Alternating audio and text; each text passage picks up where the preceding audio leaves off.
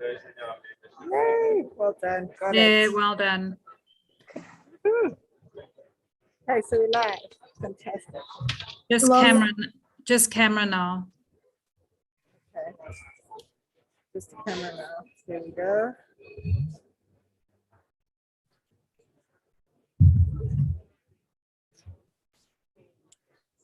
Perfect. Thank you.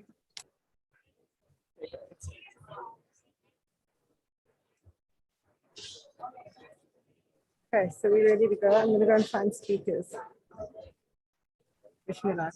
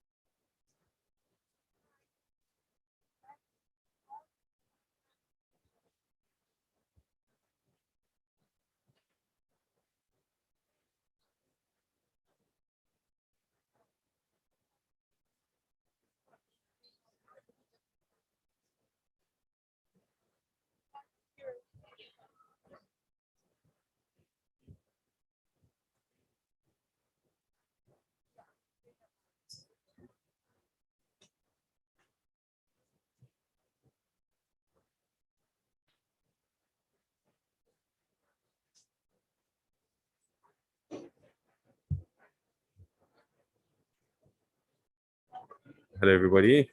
Hi to everybody in the room here at COP26, and hi to all of those of you that are online, and thank you for joining us online. I just want to welcome everybody to today.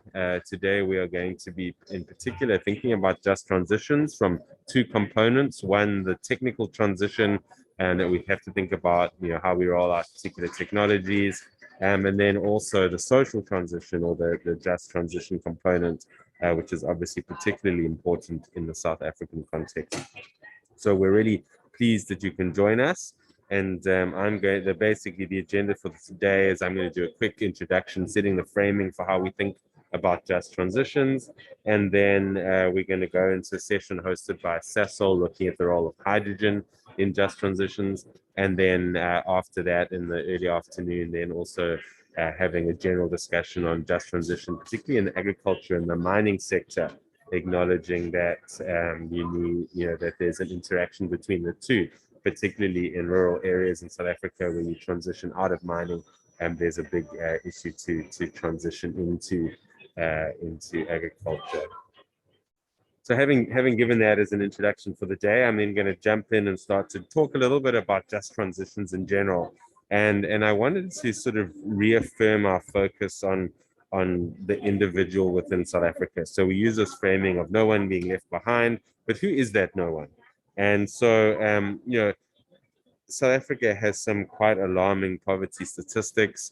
We have the highest inequality in the world. We have more than 30% unemployment and more than 50% of youth unemployed, but also 55% of people living in poverty. And so someone living in potentially rural, but even urban South Africa, they can be highly uneducated, perhaps have only 5 or 6 years of schooling. They may have no income, and social grants in South Africa, even if they have access to social grants, are in the region of £50 a week. They may be living in an informal home, or if they're living in a government-provided home, they're probably living in a home half the size of this pavilion, and so sort of 50 square meters for those of you who are not online, who are not here today. They will live far from work, and even if they live close to work, they don't have the access to financial resources to get to work, or even to get to places of employment where they might be able to access work. So this huge portion of unemployed people living in South Africa, many of them are over 35 and have never worked in their lives. And so they are unlikely to get any level of employment at this stage in their lives. So when someone does get a job, particularly in mining, this is a big deal. It's a big deal for their family. So we have, probably someone who then moves to earning somewhere around £500 a month, but are supporting anywhere between 7 and 13 people. And so their £500 equivalent salary does not go very far. And perhaps the stat that drives this home most critically is the relationship of people to food. And so the average South African household spends around R1,000 a month on food, and the amount of money they would need to spend in order for that to be a nutritious diet or a nutritious basket of food is R3,000 a month, which really points to the level of challenge that we have. A good 2/3 of the challenge is dealing with underlying structural issues around poverty and unemployment. And in order to get from that healthy, nutritious diet through to a sustainable diet, as benchmarked against the Lancet Eat Sustainable diet, then you have to increase another R1,000 to roughly R4,000 a month. So a huge challenge underpinned in lifting people out of poverty and inequality. And so in reality, the just transition is about these people. This is who we are talking about when we said no one should be left behind. And so just transitions are very much around privilege. And in South Africa's case, a long history of abuse of people by the powers that be. And so that is the kind of thinking we have to start integrating when we start thinking about a just transition. And a just transition is fractal. It happens at multiple layers. So we think about it happening at that local layer and that employment layer, but it's also happening in the relationship between developed countries and developing countries. where developed countries have this privilege, and if we're honest, also a history of abuse of other nations, and that transition of resources and finance that has to happen between those that have privilege and those that don't is also a big part of a just transition. So a just transition is about systems. It's not just about individuals. It's happening at these multiple scales and things that we have to be thinking about. And these multiple scales are interesting. It's happening with between individuals. It's happening between countries. It's happening between businesses, and it's even happening here at COP.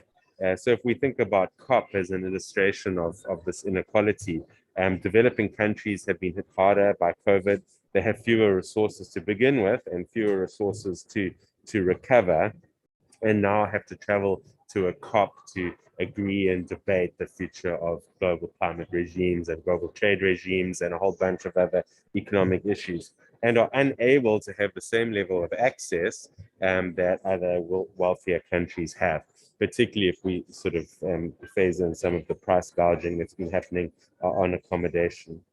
And so you have a already weak delegation, further weakened, trying to attend and compete against other countries. And so the just transition is happening everywhere. It's happening in our one-on-one conversations. It's happening in the rooms that we negotiate in around COP26. It's happening between countries. It's happening within countries, and it's and the entire conversation is typified by privilege and what we need to be able to do to lift people with us. So today, the sessions that we'll be hosting is talking about these concepts, and both the technical transitions when we deal with a technology like hydrogen, but also in the background and certainly in the afternoon session, trying to get to grips with these deep social issues and that the just transition really ought to be about. So it's also, if we start to think broadly around risk and opportunity, and I ask you to keep this sort of fractal idea in your head. We're thinking about just transition in South Africa here, but it applies across all of these different scales. There's a lot at risk. So in South Africa, there's about 2 million jobs at risk just across electricity, petrochemicals, and mining. That's not including agriculture, transport, manufacturing, and other sectors. The good news is it's not all risk. And so in the case of renewable energy, for example, there are more jobs to be created from the rollout of renewable energy than there are lost through coal. But the detail is important. So these are not necessarily equivalent jobs. So the permanent jobs that are held in the mining sector are relatively highly paid relative to other sectors. And I mentioned earlier that individuals that hold these jobs are supporting anywhere between 7 and 13 people in their households. And so it's important for us to understand those differences and to be able to stimulate some kind of system that helps us think about the labor force of the future that ideally has more permanent, more highly skilled, and more high income jobs. And so the key enablers that we have to pull to move from the labor force of today to this more employed, more qualified labor force of the future are really key for us to consider. We have to think about a range of policy measures, both locally and internationally. What kind of international support do we need? What kind of local employment do we need to create? Do we use social welfare and early retirement as part of the broader suite of mechanisms? But investment in the economy is key. And so thinking about how we invest in the technologies we're all talking about in these halls, green hydrogen, rolling out of renewable energy localization, fuel cells, and hydrogen vehicles. These are the things we know about and the things that we need to be stimulating. And it's encouraging to see that part of the deal announced earlier last week focuses on power and the localization of power, but also electric vehicles and hydrogen. But it can't stop there. There has to be a range of other opportunities that work as a system that create this just transition. We need to be investing in things like non-woven textiles, trailers and semi-trailers. And this data is drawn from some analysis that we did on the Harvard Atlas for Economic Complexity, where we're actually able to reverse engineer what the economy is capable of doing based on what we know that we can do, and identify areas that don't require a huge amount of investment in order for us to be competitive as an economy, but also that we're capable of competing in a low carbon economy. So understanding how all of these measures fit together is important. But we also need to keep in mind that a just transition is not just about jobs and skilling. And when you talk to people at COP, you get this wide range of interpretations of what a just transition is, at its worst, coming from CEOs of major organizations. I've heard one or two say this, where it becomes a labor relations issue.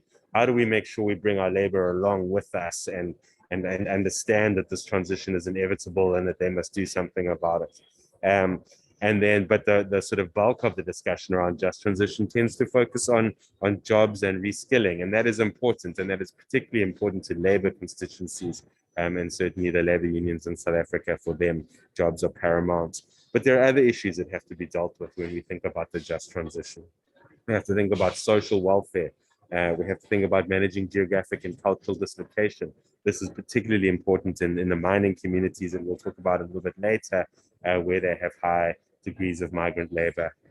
We have to think about economic inclusion and participation, particularly in South Africa with youth unemployment at about 50%. We need to include the youth in our economy, but also women. And we know that women are both victims of poverty, but also a huge part of the solution in implementing projects. Climate projects are known to be more successful, but also more distributed when you involve women in the implementation. Ownership is a significant challenge in the South African context. How do we transition ownership of assets as a key driver of inequality? And so you have this huge population split, as you do everywhere in the world, where sort of 90% of the wealth is owned by a really small proportion of the population. Quality of work, also important. We need to be able to transition people into better livelihoods.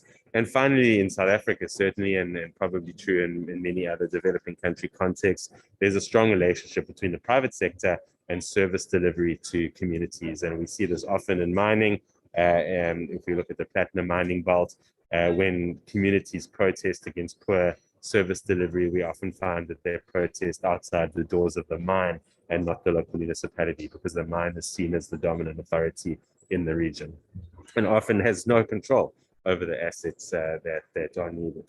So, and then in other examples, you have mining companies running social infrastructure for communities, either wastewater treatment or water treatment or waste collection services to those communities. And so if you were to shut down those mines, you would then also shut down access to those services for those communities. So just transition is a very complex concept. It involves the participation of a huge range of local stakeholders, but also a huge range of international stakeholders.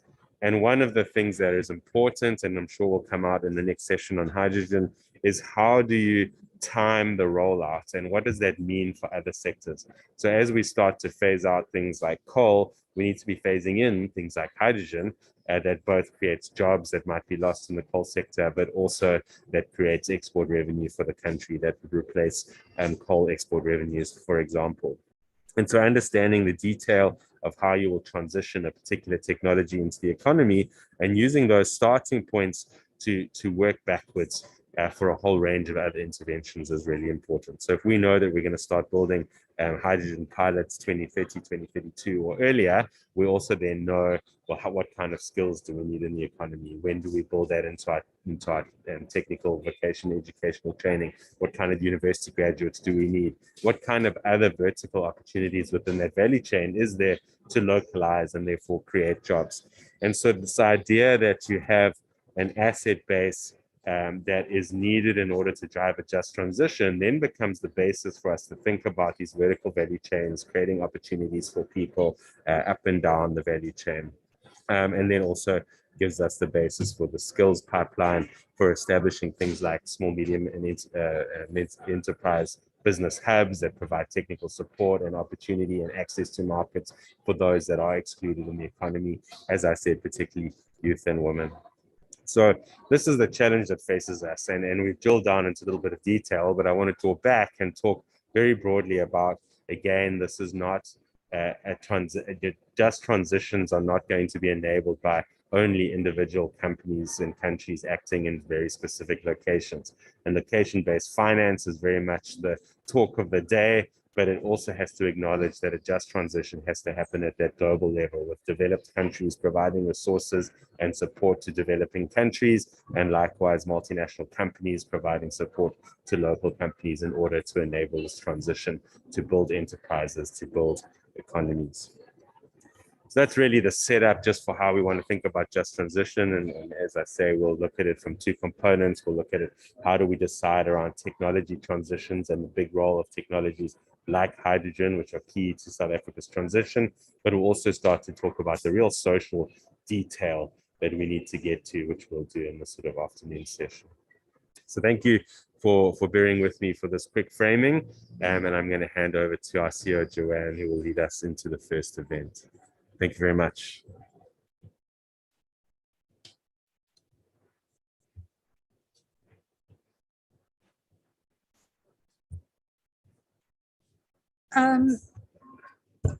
Thank you, Steve. And could I please ask the panelists for this event to come up and to take their seats?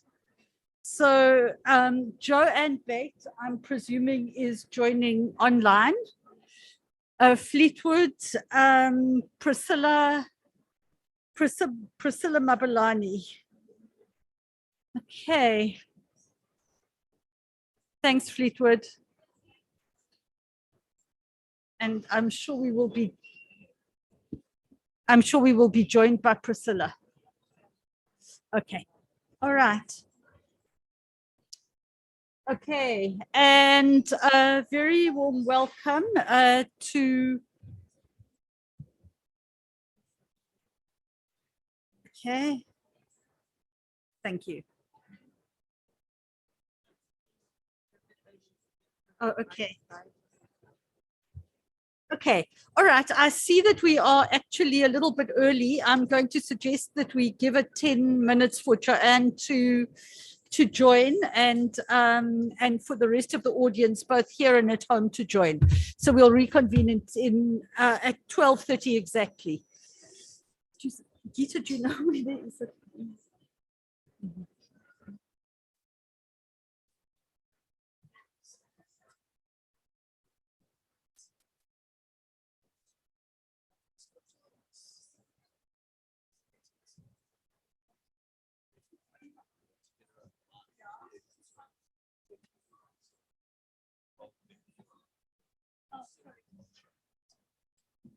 Apologies, it's 11:30 that we're going to start.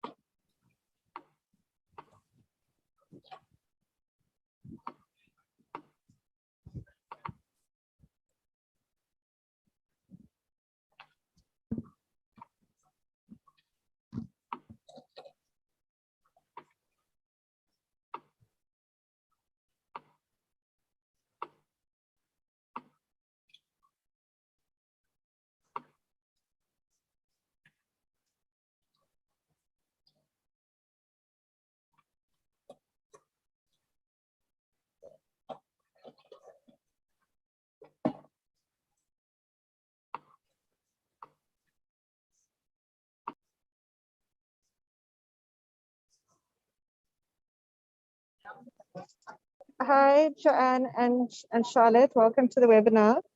Can I ask you both to please put your cameras on so that we can make sure that we can see you? We'll be starting in a few minutes. There we go.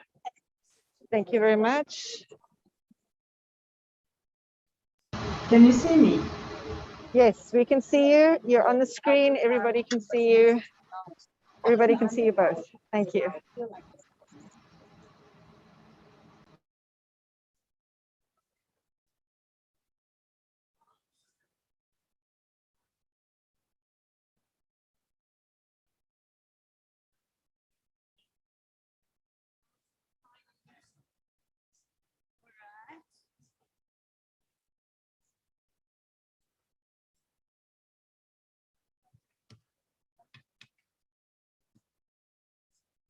Are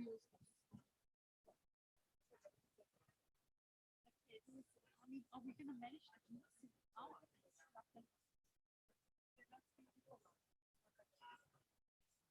Okay.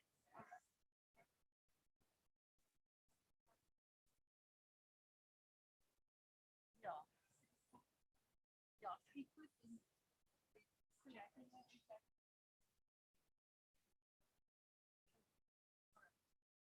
Cool. Okay, I'll do that and then come back afterwards. We're live. The mic is picking up sound. So we're speaking from here.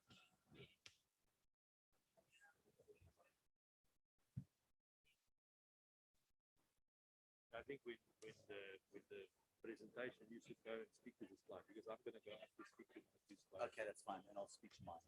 It's going to be quite similar to what I said at the Northern Cape launch.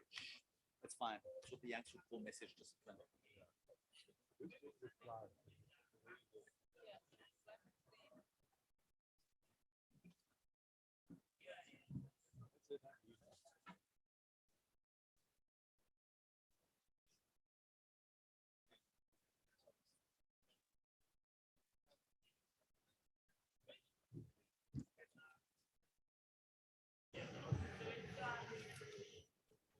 Let me take this off.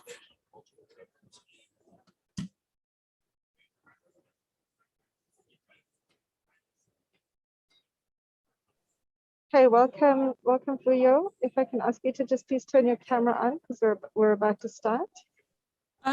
Good morning, everybody, and a very warm welcome to all of you, both our participants who are participants in audience online, and there are around 30 people on the line already. I'm sure there will be more who will join soon. And to those of you in Glasgow, a warm welcome. A little while ago, Steve Nichols presented a framing of the issues related to the just transition, and in particular located the issues of the just transition in the context of economic growth, development, and innovation, and on the capacity of our economy to marshal a whole set of the assets that we have in order to be able to invest in the assets and the infrastructure that will generate the kind of economic growth and development that we need for South Africa to prosper through a just energy transition. In this session, we're going to delve into further detail on unlocking South Africa's green hydrogen potential, and in particular, look at the issues related to the need for public-private partnerships.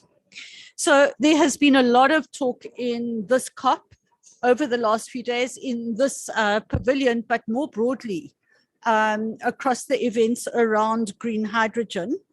And it's on the agenda of both government and industry as a viable option for combating climate change, but also as a possibility that could bring huge benefits to countries across the world.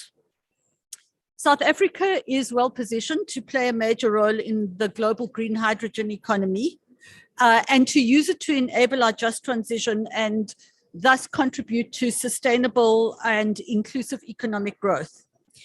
So we have in our country large endowments, and in the region, large endowments of sun, wind, platinum group metals, sufficient land and water, as well as a significant industrial base that includes Sasol's green hydrogen vision that would leverage the Fischer-Tropsch technology, in which it has global and unsurpassed expertise.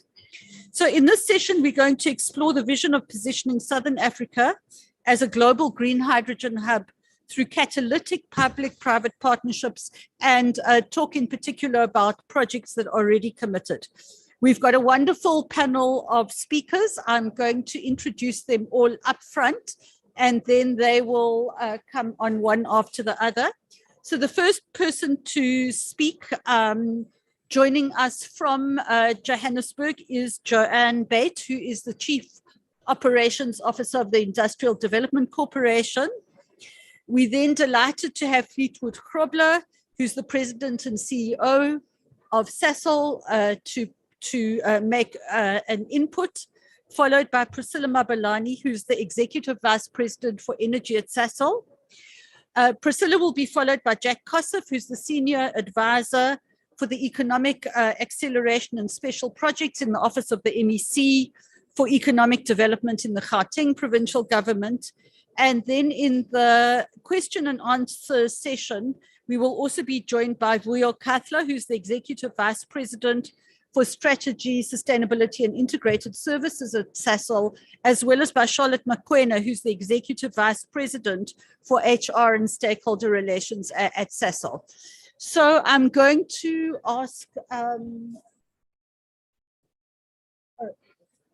yes, I know Fleetwood is here. Yes, I've recognized Fleetwood. I hope I did. And if I didn't, Fleetwood, my apologies. I'm looking straight at you. And then could I ask the people joining online to post your questions in the Q&A? We'll monitor the Q&A during the session.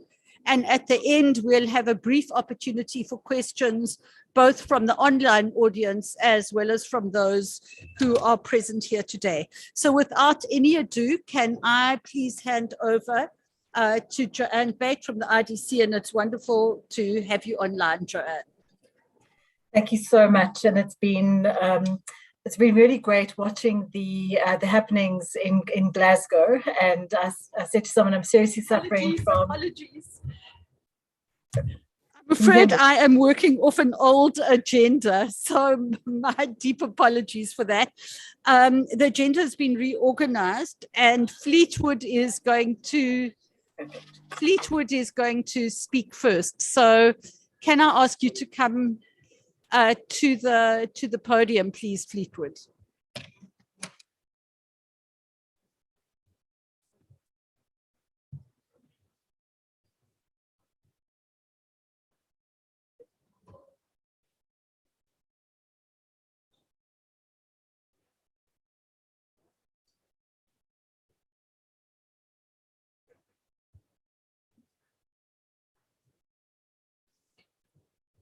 Thank you so much, Joanne, and apologies, Joanne, in online to change the program at this late minute, but I'm sure we will afford you all the input that you want to give this morning.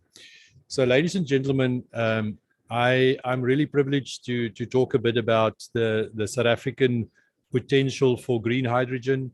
I'm also very excited about what this opportunity would offer for Sasol specific, as we are a major player in the grey hydrogen space. We've got technology to leverage green hydrogen to a full potential, and I would like to give you some insights in terms of why do we say that? Why do we think that green hydrogen is going to be a game changer for South Africa, and particularly also in our decarbonization journey that Sasol has embarked on and announced recently at our Capital Markets Day.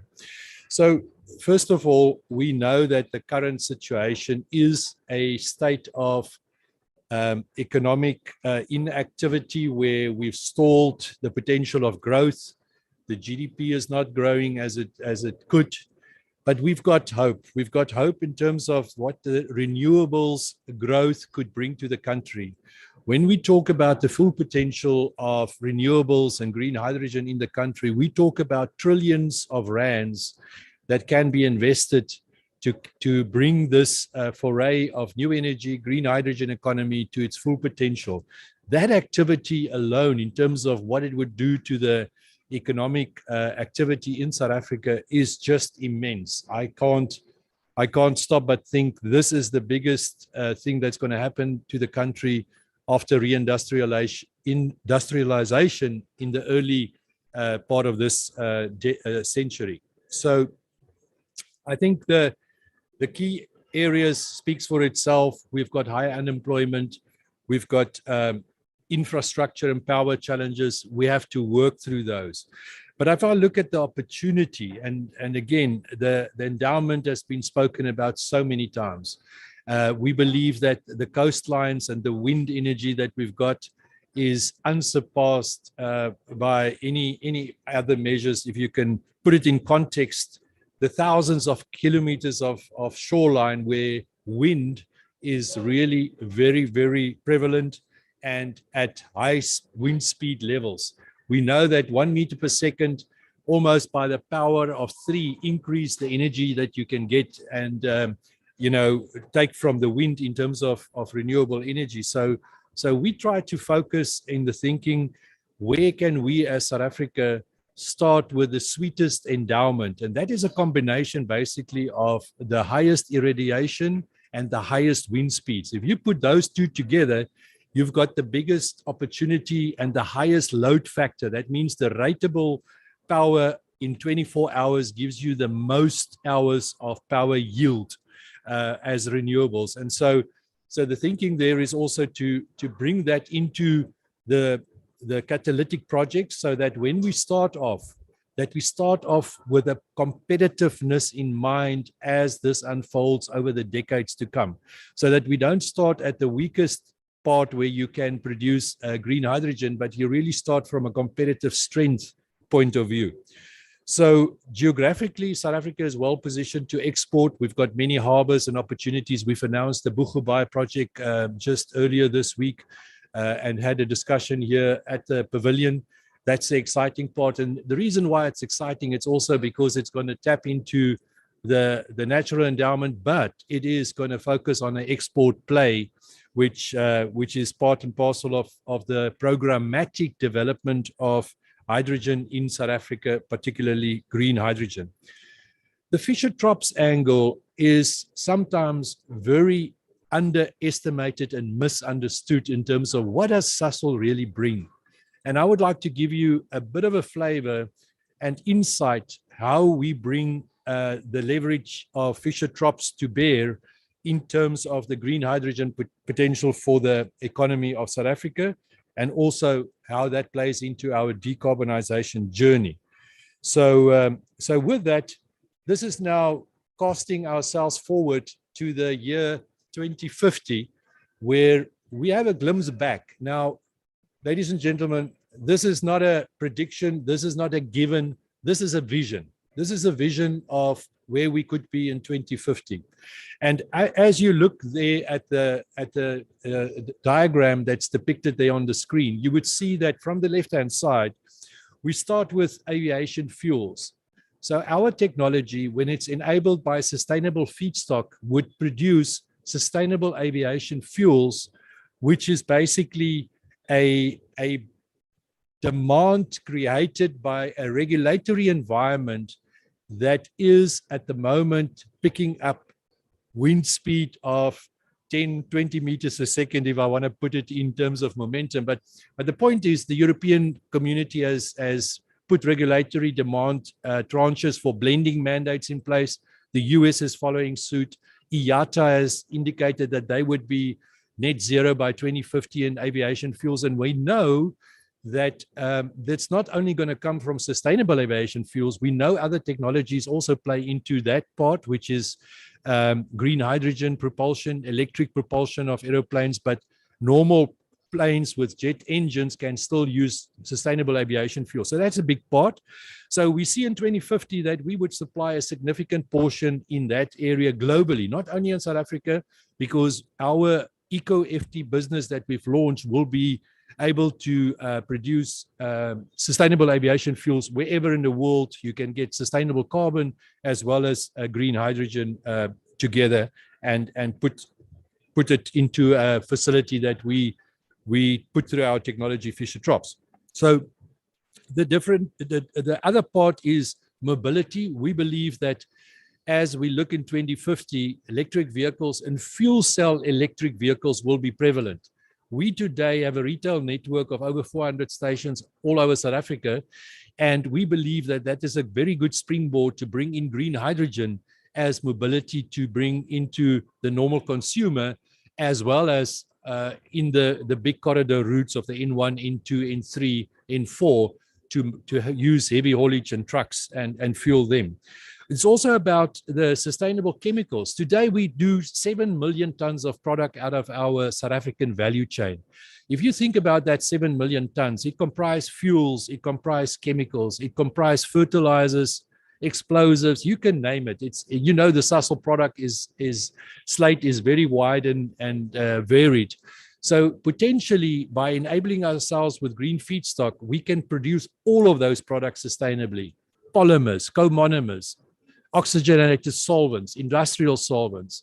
I can go on for hours on the type of products that we can produce on a sustainable basis, which is then enabled by this feedstock. That's the vision. That's what you see here is depicted in terms of the future. And that by 2050, we believe with our net zero ambition of 2050, we would at that time have very, very close to zero or zero fossil fuels facilities in South Africa, as we would be able to transition fully away from coal and gas by that time frame. So what you could see, it's a very exciting picture of the future. We are excited by it. It is really instilled by our purpose, innovating for a better world to get to this position. And our employees, our leadership, our board, everyone is excited to see how we can unfold and unpack the journey to reach this point. Ladies and gentlemen, my last slide here is to give you an insight why Fischer-Tropsch. If you look at the dark blue parts of this flow diagram, you would see that those are the existing assets that we have. So from the FT block, that's called the FT synthesis, where the reaction takes place, downstream where all the fuels and chemicals are made, those would remain the same over time. The only thing that we would do is where the green comes in, where we would replace all the coal gasification, the synthesis gas produced from coal, as well as the gas coming from natural gas, will be replaced over time in a just transition manner with those green areas. And it could be biomass that we gasify and put into our system, the carbon source from biomass. It is definitely the option where direct air capture of CO2 out of the air can be distilled, and that could be used as a carbon source in our process.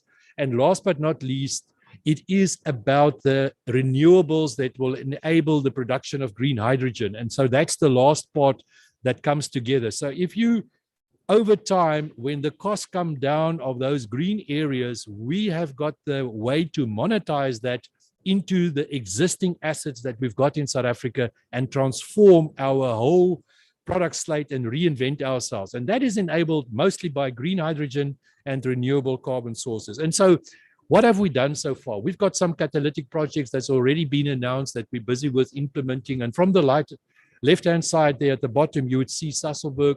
We will have our first green hydrogen production out of that facility, where we repurposed a existing electrolyzer of 60 megawatt. We will enable it through the connection of green electricity. And that would be our first catalytic project. And we hope to have that out of that facility by 2023, mid-2023, thereabouts. The other one that's ongoing there is the SAF-LEN project. So we would do on an attribution model, introduce some biomass in our gasification system in Secunda, as well as some electrolyzers, and that in combination on an attribution model in terms of the mass balance as feedstock in, would be then attributed to sustainable aviation fuels, which is made out of our jet fuel refinery portion, and that would be then about 1% sustainable products through that option. That one is on a bidding process for the H2 Global out of Europe, out of Germany specifically. If we are successful with that bid, we will continue implementing that project.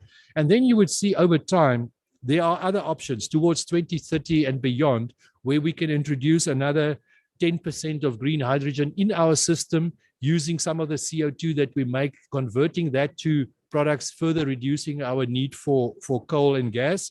And then over time, tranches of 40 to 100%. Now, we have indicated at our Capital Markets Day, this is not the only pathway. We have got many other pathways to progress this journey to a net zero over the next 30 years. but this is one of the pathways if I couple the options just to green hydrogen. So this is exciting for us, and I believe that is also exciting for the country, because this would mean Sasol will have an anchor demand of 2 million tons of hydrogen. 2.3 million tons of gray hydrogen is consumed today in our processes to produce the 7 million tons of products, and that would anchor the demand. Now, if you add to that the export of green hydrogen, if you add to that the green steel, if you add to that, so you can think about the critical mass and that engine that start to work, because scale then comes into play, and scale will bring economies of scale. It makes us competitive as a company as well as a region, and South Africa Inc. would be more competitive because we can bring on that scale benefit to all industries, whether that's automotive, steel, other hard to abate sectors. I think we are well positioned to enable that. Ladies and gentlemen, Joanne, I will stop there.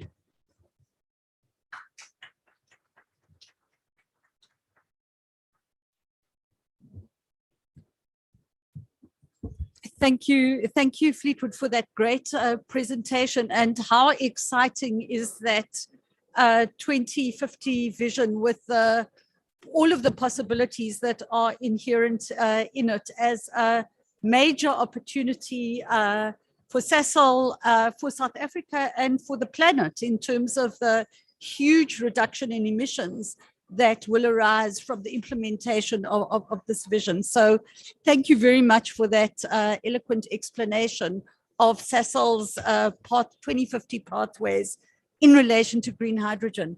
I'd now like to hand over to Priscilla Mabelani to talk from the Executive Vice President Energy at Sasol, to talk about how Sasol is positioned to lead the energy transition. So you're going to speak from there, Priscilla, and over to you, or you're going to come to the podium. Okay.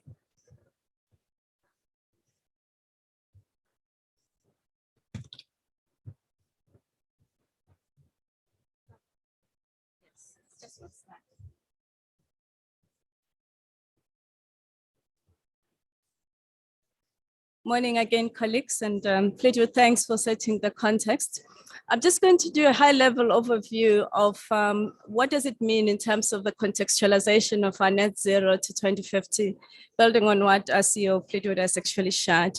So just to start, I think we're quite excited as Sasol to be part of this transition, but predominantly we have actually made significant progress in a number of strategic partnerships that I'll be sharing as well, because Fleetwood spoke about the generation and the production of the hydrogen and the low carbon sustainable solutions that we are driving. At the back of that, we need the customers, and we've been working with a number of customers, and I would like to give some content on and context on that. But before I start, I just want to share some views in terms of the just transition, because it's equally important that we do this in a meaningful and a thoughtful way, and we ensure that we preserve our business going forward. And to do that, we have started a decarbonization agenda a couple of years ago, and we are already on a pathway to reduce our greenhouse gas emissions. We previously set ourselves a 10% reduction for both scope 1 and 2, and we've now set ourselves a further reduction. So we've actually looked at the transition journey and really anchored it on 3 pillars. The first one is we're going to decarbonize our operations, as I already said, we've already started. And part of that was to really start to look at efficiencies, and we've been driving a number of energy utilization, deploying technologies to improve our efficiencies in terms of how we utilize our units. And that has actually starting to deliver a lot of value. To 2030, we've now said we can actually do more. And as part of that, we're going to increase the 10% and triple it to 30% by 2030.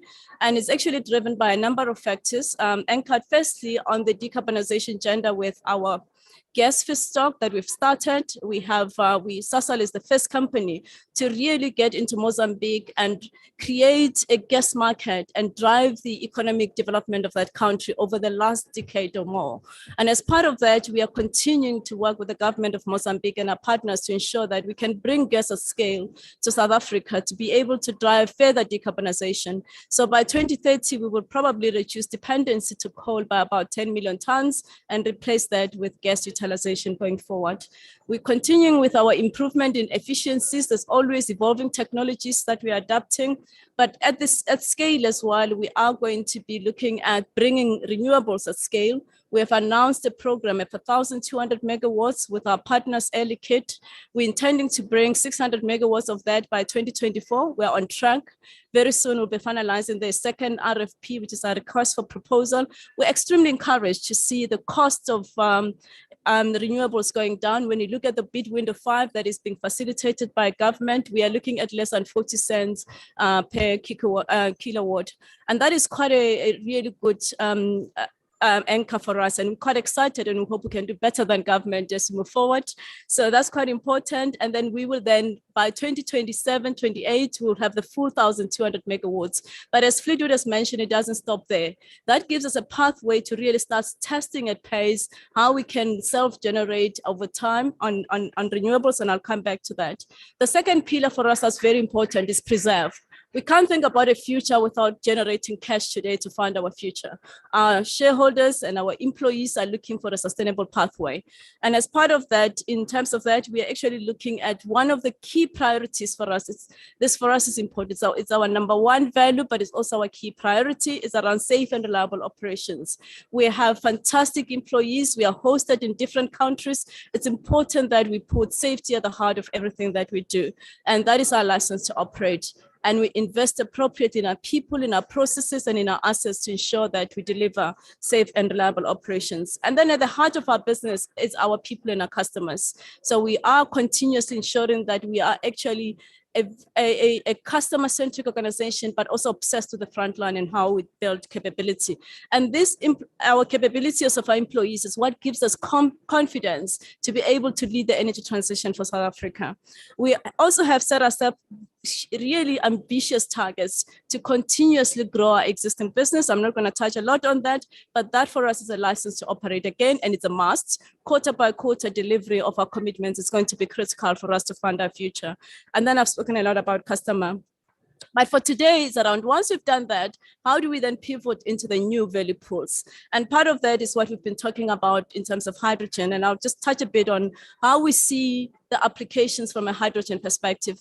Fleetwood spoke about the Sasolburg production to 2023. We're anchoring that production in our partnership jointly with Gauteng Economic Development in the Gauteng province. And I'm sure Jack will talk about that just after me. But just to put it into context, we cannot think about sustaining and transitioning in South Africa without thinking about how do we ensure that we anchor the local demand for sustainable production and leveraging on the Fischer-Tropsch technology that Fleetwood has mentioned. And as part of that, we've been listening to our customers, and most of them are looking for sustainable solutions. So we're going to use that as the 60 megawatts of hydrogen production. We have identified 3 applications. The first one is on the heavy duty mobility. Part of that is on commercial transportation, and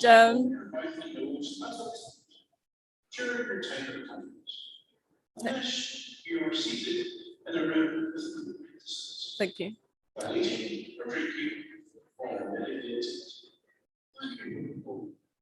Sorry about that. So the first application is heavy duty mobility. That covers 2 aspects of industries. One is commercial transportation. We've already announced a partnership with one of the biggest logistic players in South Africa, Imperial Logistics. We're in partnership with them. And at the same time, we also are looking at heavy duty mobility in terms of mining. And we have partnerships in mining, and we're looking forward to even strengthening that further to make sure that we can accelerate the decarbonization of our mining customers. And to enable that, we have also started to talk to OEMs, because we have to make sure that when we do this, we are also opening up opportunities for fuel cells technology development, as well as the automotive industries. So we are in partnership with Toyota to be able to bring heavy duty trucks into the country, and probably starting with buses at some point.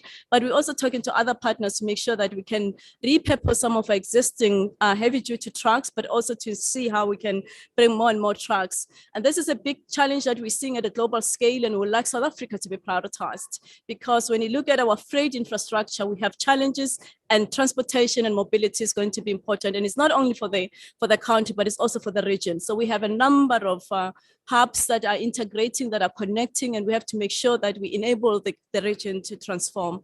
And then a second element is around steel. We are looking at the revitalization of the steel industries to make sure we can be competitive. Jack will talk about that as well. We're doing that again with the Gauteng department. And a third element for us that's quite exciting is the sustainable aviation fuels.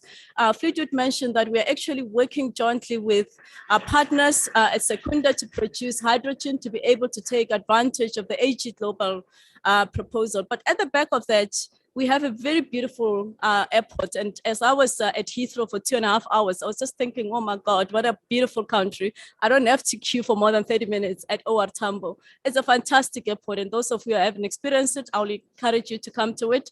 And we want to usually position and anchor that airport as a hub for Africa. So imagine as we start looking at sustainable aviation fuels mandates at a global space, we would like to ensure that our customers in terms of aviation can actually fill up at OR Tambo. That will require both the global developed countries to have legislations that requires the aircrafts and the aviation industries to really uplift from OR Tambo as well. So that's one of the things that we're looking at with our partners as well at Gauteng. So in a nutshell, outside of our export, these are projects that we are working on, and I'm happy to say we're not doing this alone. We're also doing it with our partners, IDC, and Joanne will talk about how are we looking at stimulating then the industrialization and the funding of these projects. Thank you.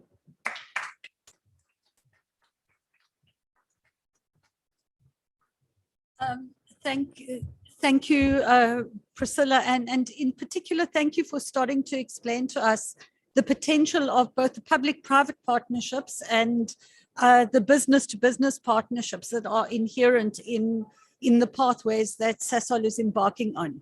I'm now going to hand over to Jack Kossoff from Gauteng province, and for those of you who don't know, Gauteng is both the smallest province in South Africa, but it is where a very vast proportion of the country's economic activity and GDP is generated. And so partnerships in Gauteng are critical for South Africa as a whole. Thanks, Jack.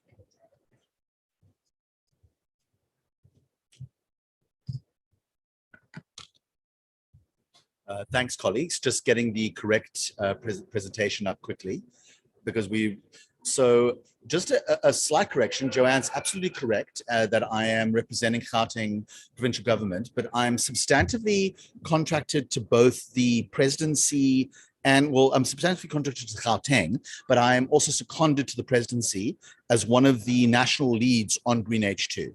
So effectively, what I'm going to take you through is a national position, which includes the both Gauteng and the Northern Cape, which you heard from earlier in the week, for those of you that are tracking the series, as major pathfinders for what is ultimately a huge national move towards one of the more exciting frontiers in green industrialization that South Africa has seen for some time. And in many regards, it's actually a non-negotiable. We are facing a number of factors from the public sector that put us into a position where we do have to partner with all levels of the private sector. And it's very useful to have the giants like Sasol on your side.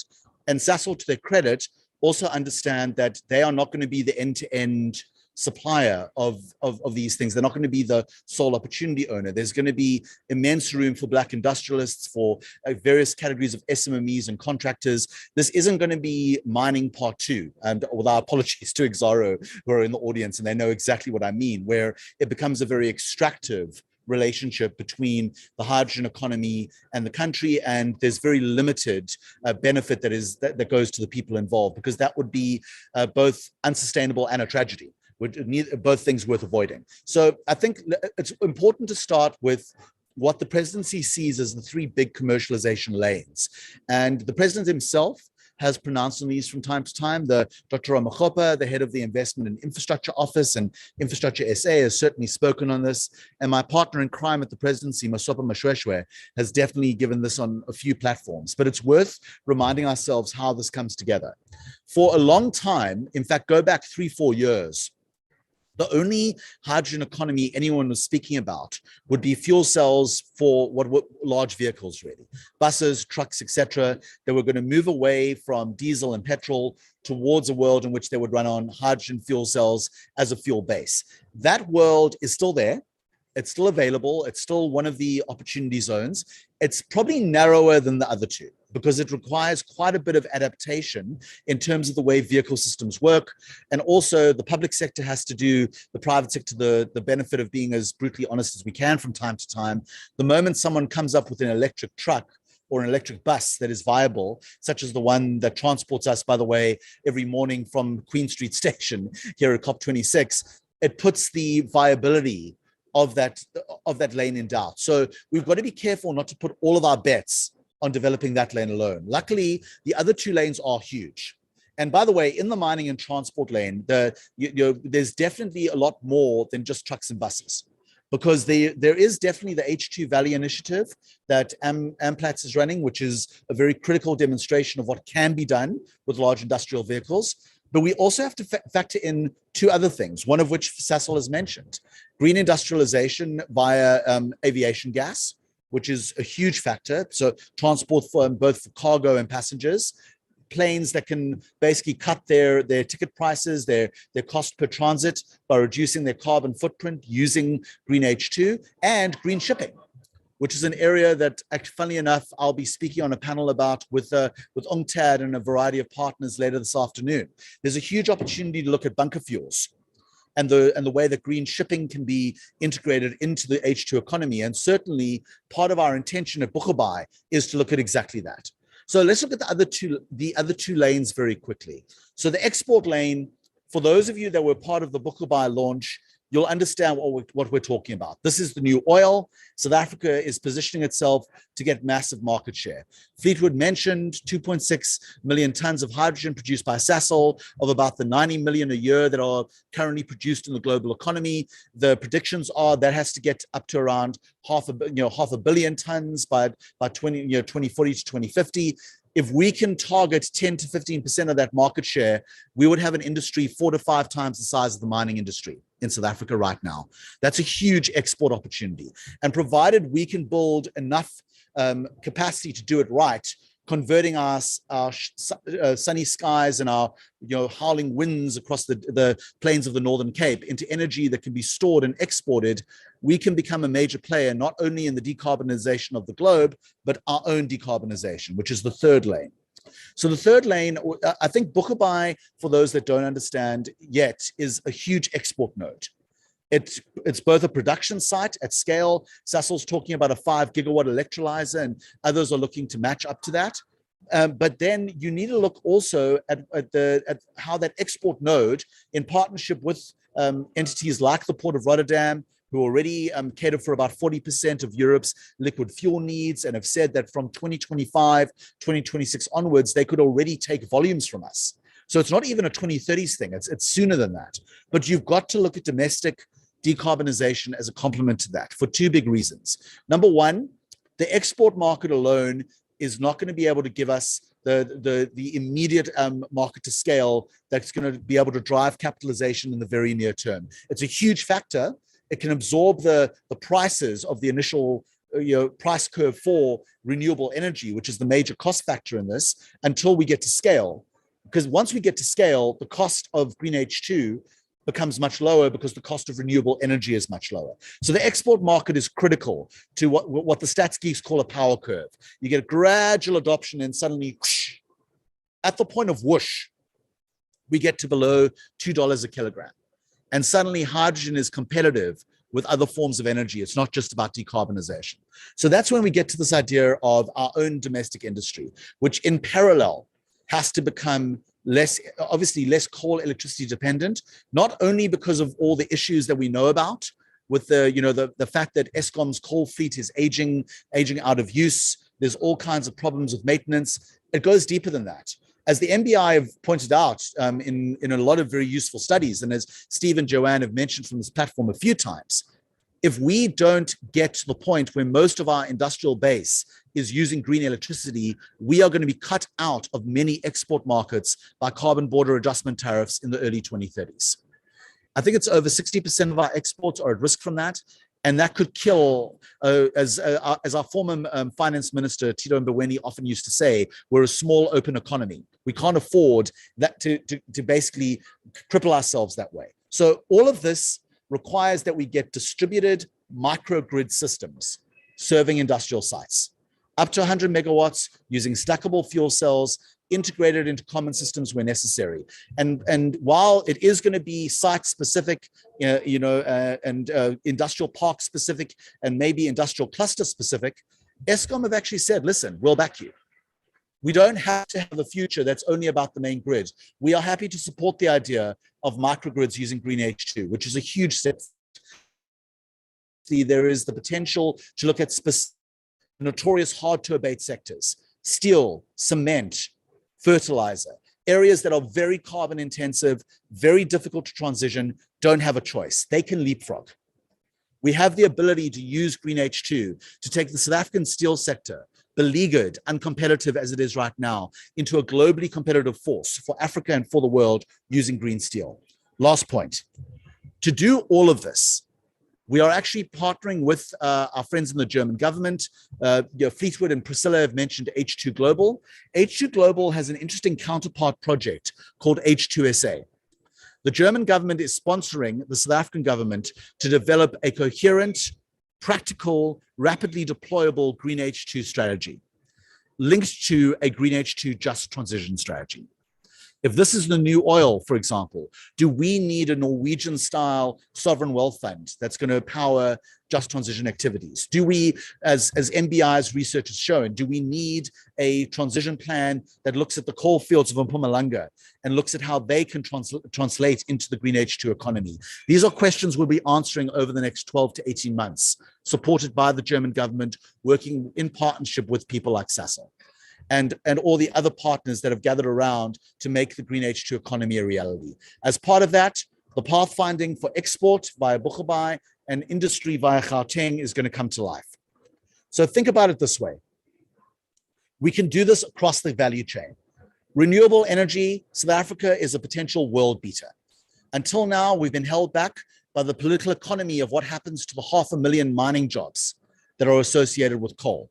And all those jobs linked to dirty energy. We have the opportunity to go big on RE that services the hydrogen economy and demonstrate all this potential that everyone tells us we've got.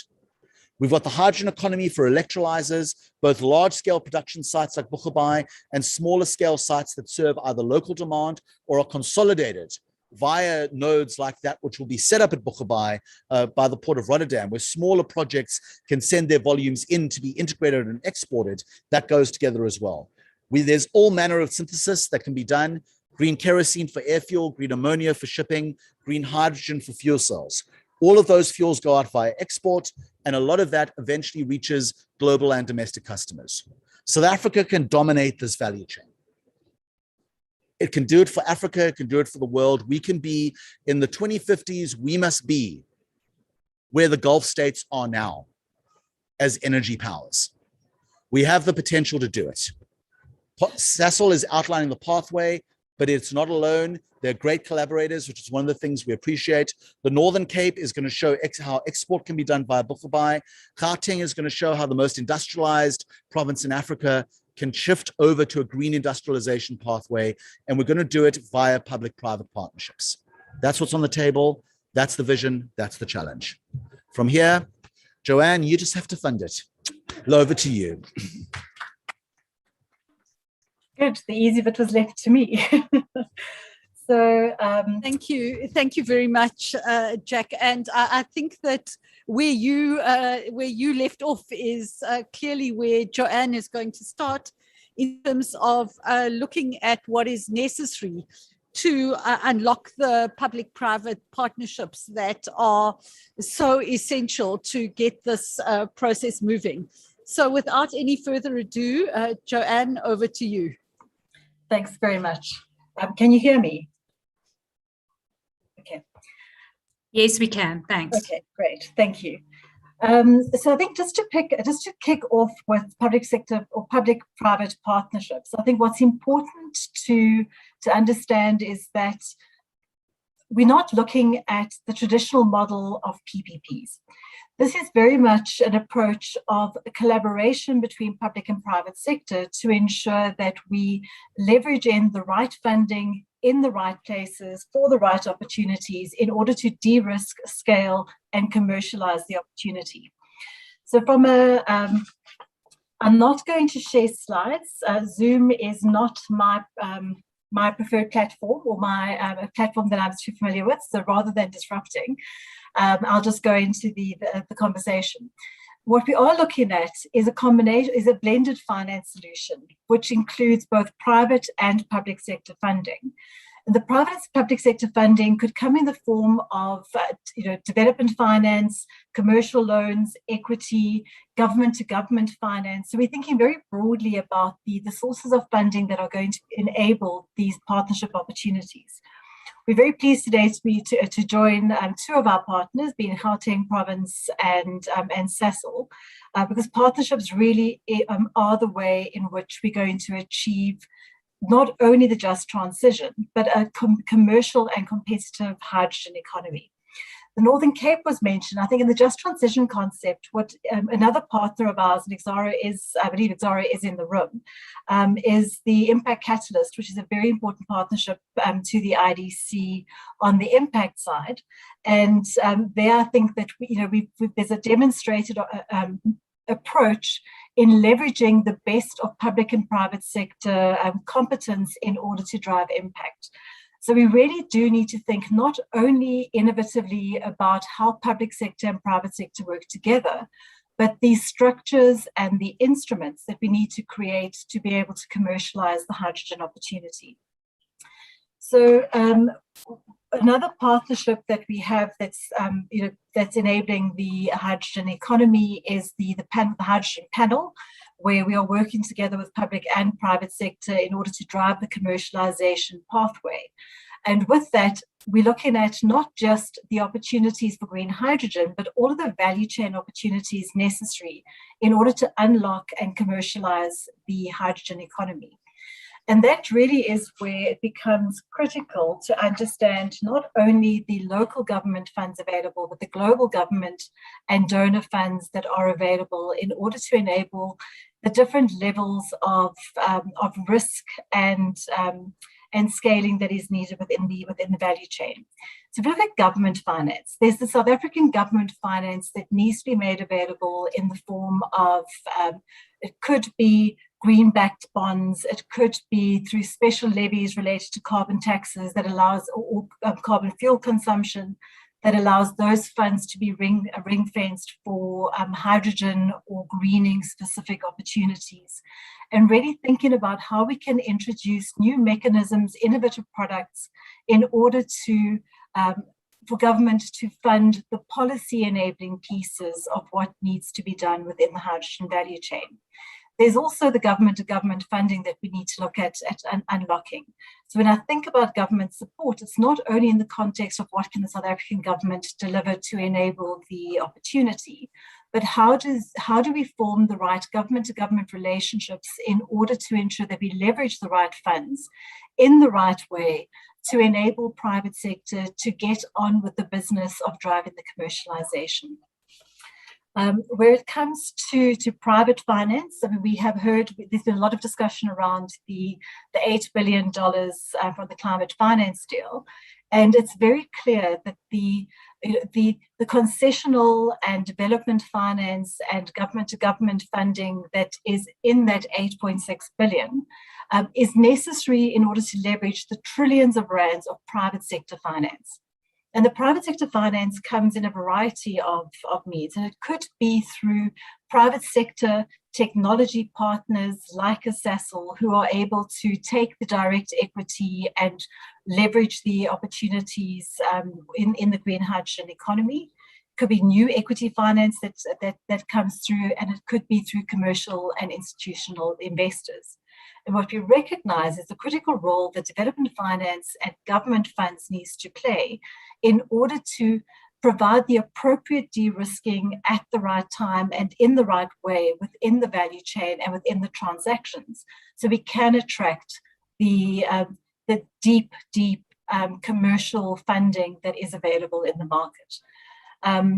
On public-private partnerships, I mean, we've seen in the infrastructure space, these are far better developed, and but we do need to think innovatively about how we approach the partnerships and not rely on age-old structures to move forward, although there are great lessons to learn from the past. And then on development finance, it really is looking at how we can leverage development financiers in South Africa, ourselves in DBSA specifically, as well as the global DFIs. Germany was mentioned. I think we all collectively have strong relationships with KfW, who's been a wonderful partner to all of us and is very committed to supporting the agenda that we're driving. But there's multiple DFIs who are very keen and willing to get involved with both concessional funding as well as technical support in order to unlock various aspects of the value chain. Critical elements of the value chain comes down to skills development, and that's where the grant and concessional funding and the relationships with the DFIs become important, because we need to think about the entire value chain when we're looking at unlocking the hydrogen commercialization opportunity. So I'm conscious of time, and I think just in summary, we really do need to think about the innovative approaches to leveraging public and private sector expertise, capital, and skills in order to create an enabling policy environment and de-risking the opportunities at the right time so that we really can, as a country, leverage the opportunity that we have, because this really is South Africa's opportunity to take. Thank you.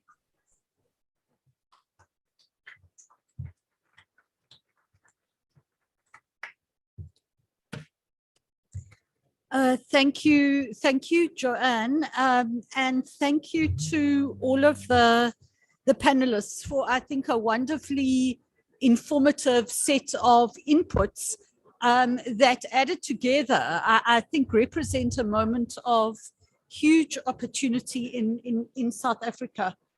I should be being joined on screen by Vuyo Kathla and Charlotte Mokoena from Sasol, and we've got just over 10 minutes to be able to have an interactive discussion with both the audience here and the audience online. And where I'd like to start off is with the one question that has been placed on, and welcome Charlotte and Vuyo. The one question that has been placed on the chat is a question about whether there are any interesting models of collaboration where international companies are providing support for local companies and other actors. So I'm not certain who would want to take that, but I think it really is looking at the business to business possibilities, but in an international context.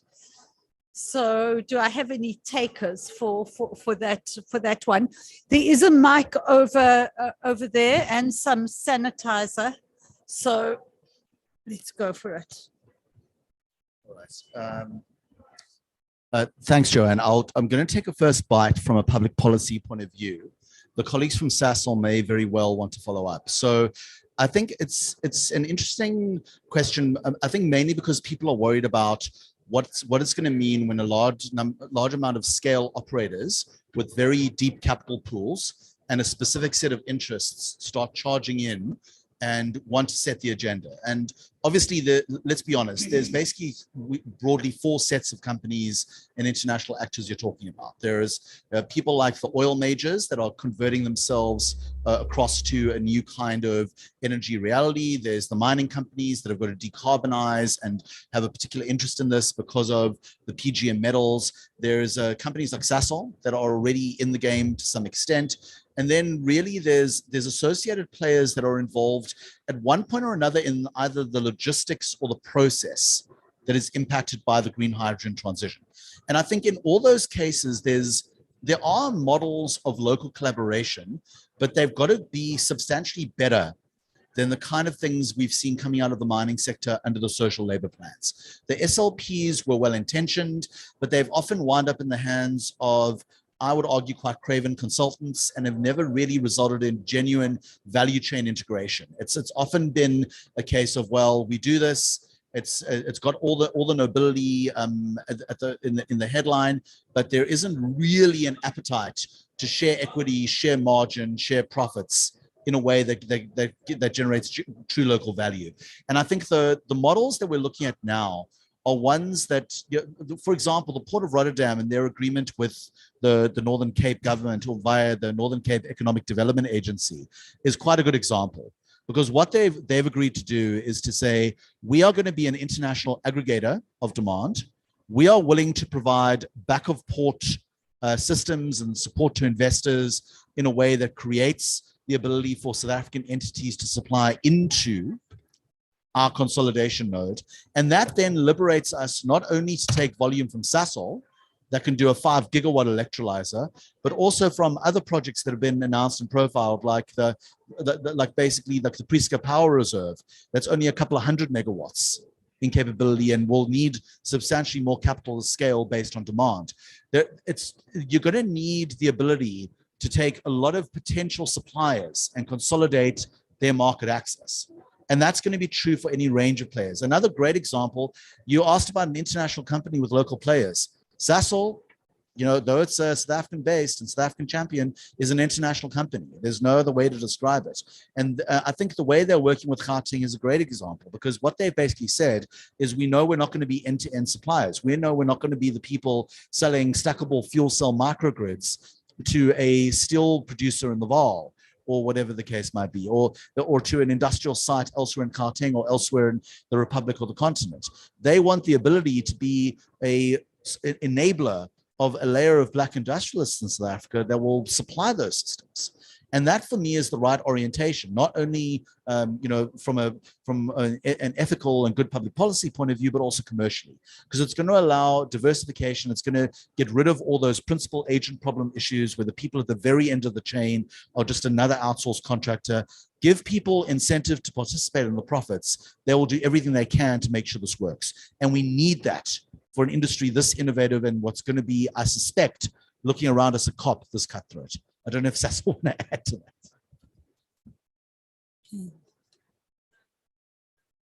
Thanks, Joanne. Just to add, I think Fleetwood earlier on mentioned our Sustainable Aviation Fuel project in Secunda. There's a partnership between South African entities. We are a global company but anchored in South Africa. We're proudly South African. And then we also have Navitas that is looking at it from a biomass sourcing, because we're going to need carbon source for our self-generation. And in addition to that, we've got Enertrunk that is experienced in developing renewables at scale globally, and they are partners, and they're also helping us on the HE Global to understand the rules and to be able to engage from that. So that collaboration is also helping us to forge the offtake arrangements that we're looking at. At the same time, we also have Linda, who is also one of the experienced technology developers in terms of electrolyzers. And we are in partnership to bring all of our different value proposition, Sasol with the Futuretrops technology, Linda on the electrolyzers, Enertrunk on renewables, and then in terms of biomass, a localized company that is bringing that technology together. And we believe that such a partnership is probably one of the best models that we're going to replicate. So as we move to Boegoebaai and we look at other export opportunities, we'll be looking and working together with South African entities as well as the technology players at a global scale. Thank you. Thank you very, very much. I want to move on to an issue that has been running through a number of the sessions in over the past few days. And I think of particular, I'm hoping that maybe Charlotte would be able to pick up this issue. And it really relates to a set of questions that have been coming through in a number of the sessions around how we are going to create the human capital that is necessary to be able to support the kinds of major developments that we are talking about, and what we do in relation to, I suppose, improving, scaling up increasing the kind of skills development capacity that we have in our country. I think Joanne also referred to it in relation to the grant element or the concessional elements of the finance that we're looking at.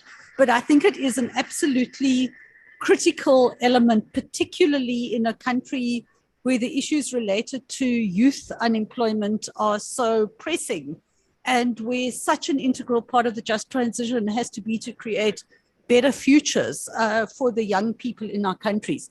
So Charlotte, I don't know if you'd like to pick up on that. Thank you very much. Thanks, Joanne.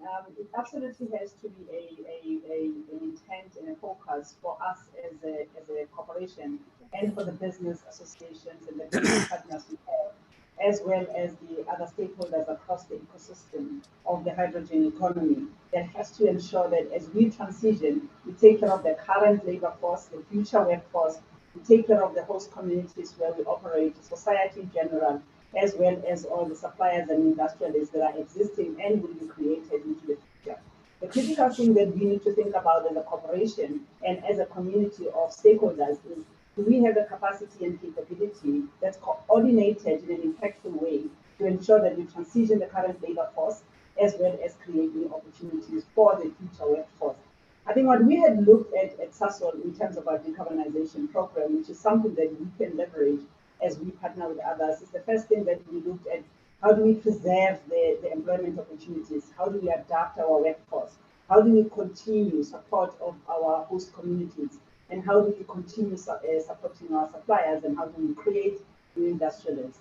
But what is going to be important is the partnerships that we form in the community, the partnerships we form with local government, provincial government, national government, international operators, as well as our commercial partners, to ensure that we build the capacity and capability to transition the workforce and build new skills in the economy. What is important is to understand what are the skills that can be built or need to build from scratch, and what are the skills that needs to be pivoted. And also then we need to go directly and build relationships with the technical training institutions. For instance, we are working in partnership with NRF, the Research Institute in South Africa. We are working in partnership with the universities. We have put out investment into future research that we've already done to understand the green hydrogen economy better. We are also then putting out already bursaries to build new capabilities into the future. We've done an analysis internally that we still have to actually continue refining to understand in terms of our current labor, which labor can be pivoted and what is it that we need to build from scratch. It requires an intense planning and it requires very dedicated execution programs that needs to be built and that needs to be pushed out into the system. But we are deliberate about it, we're thinking about it, we understand the timelines in terms of our roadmaps, and we appreciate the fact that we will not be doing it alone. But we have over time have used our own resources to execute in our baseline communities, and we've also used partnerships, and those models are available for us to continue to use. Thank you. Thank you very much, Charlotte. Can I ask now, I think there are no other questions online. Could I ask if there is anybody in the audience who would like to either make a comment or ask a question? I'm hoping that Vuyo could then come in. And if not, Vuyo, could I ask whether you would want to add to anything that you have heard in the conversation up until now today?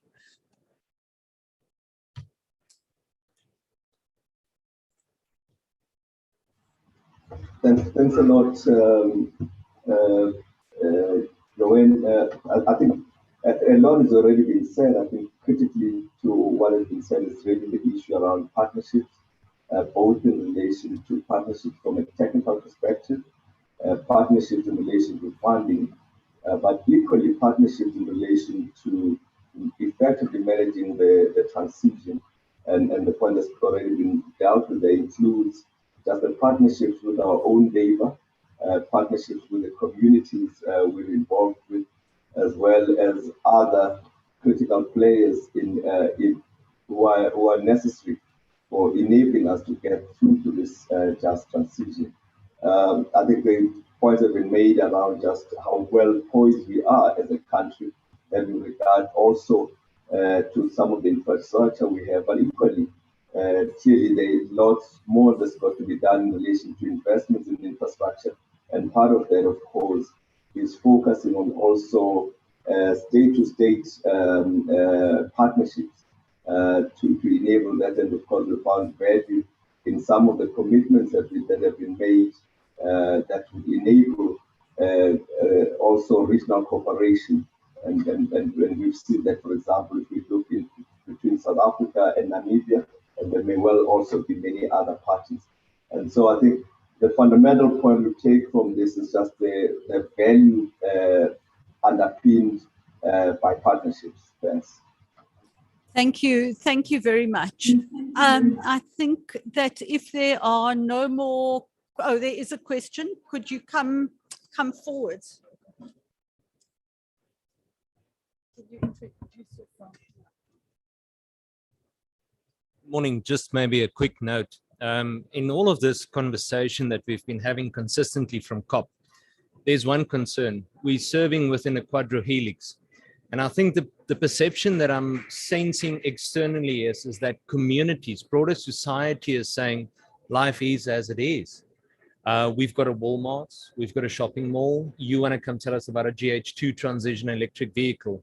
So I think in the quadrihelix partnership, our communities, the normative and evaluative transition from a collective few that we're forming here as business, organized business and everybody, we're going to be in people's backyards. We're going to be in their front yards. We're going to be taking their children to school. We're going to offer them new careers and business opportunities.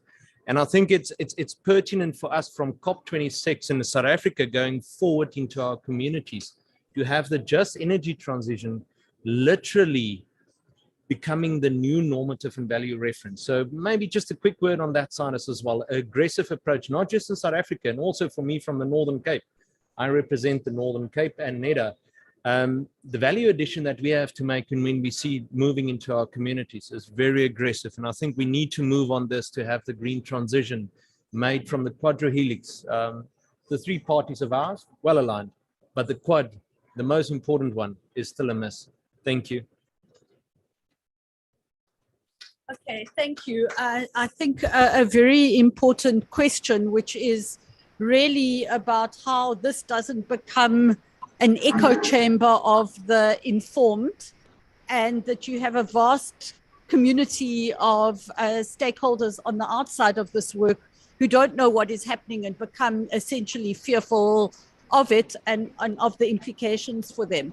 So I'm not certain who on the panel would like to take that, but I think, again, it is a theme that has come through, that the question of how we deepen our relationships with communities, how people begin to own and see the future for themselves is, I think, a theme that has come out of the engagements, probably in relation to pretty much all the conversations we've had this week. So can I have a taker in relation to that? Fleetwood is going to contribute. Thank you, Joanne, and thank you for that question. I think the fact of the matter is that we would be remiss if we don't grasp and use this opportunity to really bring the communities, the society at large along. This is the first time that we've got that opportunity in a reindustrialization of the country. And I think that's the opportunity that we need to think of. We need to think differently. This is not, an old school event that happened in the 40s or the 50s or in the 70s. This is now 2020. This is a time where the just transition is presenting itself.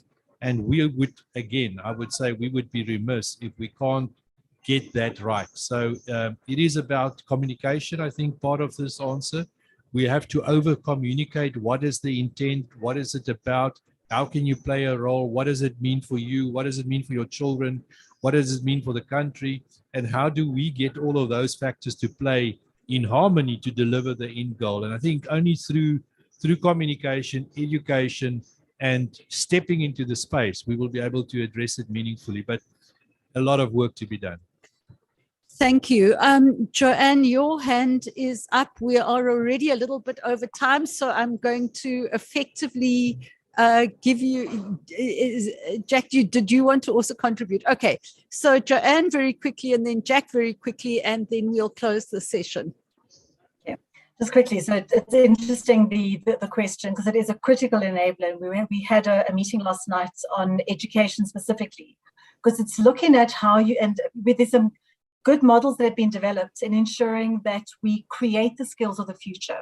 Because we need to start thinking from foundation phase to ensure that we bring communities, skills, and families along with us on the journey. It's about ensuring that people understand the opportunity of jobs, that we skill people to take advantage of those jobs.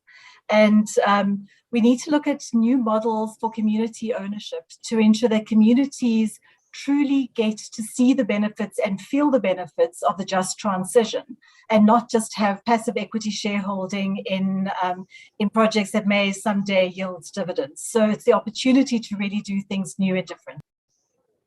Okay, and Jack, you have the last word. No problem. And I think Joanne's taken a couple of the really good key points, which is all to the good. I think equity models, the major returns to something this big with this many returns to scale is going to be to the people that can capitalize. So having equity participation, passive or otherwise, is going to be important.